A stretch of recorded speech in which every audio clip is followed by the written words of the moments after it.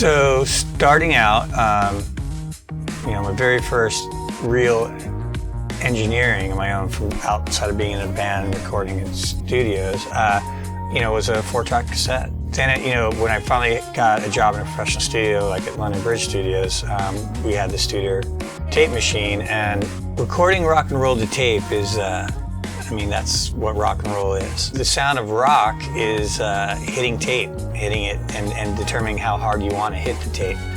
Like recording Pearl Jam or any of the records, there would be a decision made how hard that track might go to tape. All the different effects you can get by hitting different instruments at different levels to tape creates a whole different color. That's a big part of recording rock and roll. Tape just added something that I couldn't get from digital, but I'm also a fan of both, so the hybrid of it is a great thing. But I still use tape in like every project if possible, or some simulation of it.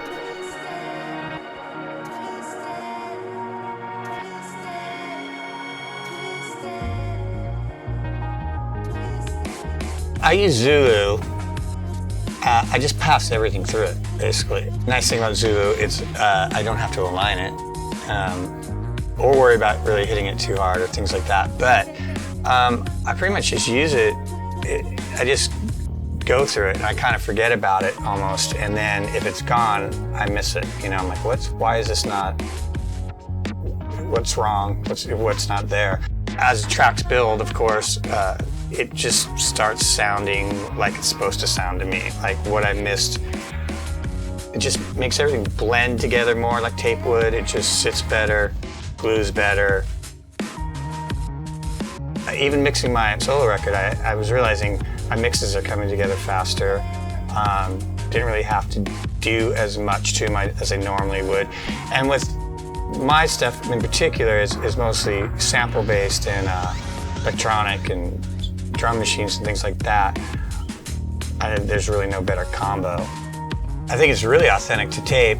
It's the closest thing I've had. I've A/B'd pretty much every tape plug-in. One of my studios I had an Ampex 102R, and I auditioned every plug-in there was, and I was just like, it's cool, it does an effect, but it's not tape.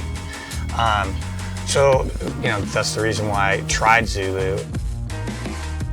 I've been using it because it's actually giving me, I feel like it's on tape, as opposed to adding some type of effect to get a tape sound. It might seem subtlety, but when it builds up and it's done, definitely makes like my sample-based work and electronic-based work sound, like they were tracked right to a machine.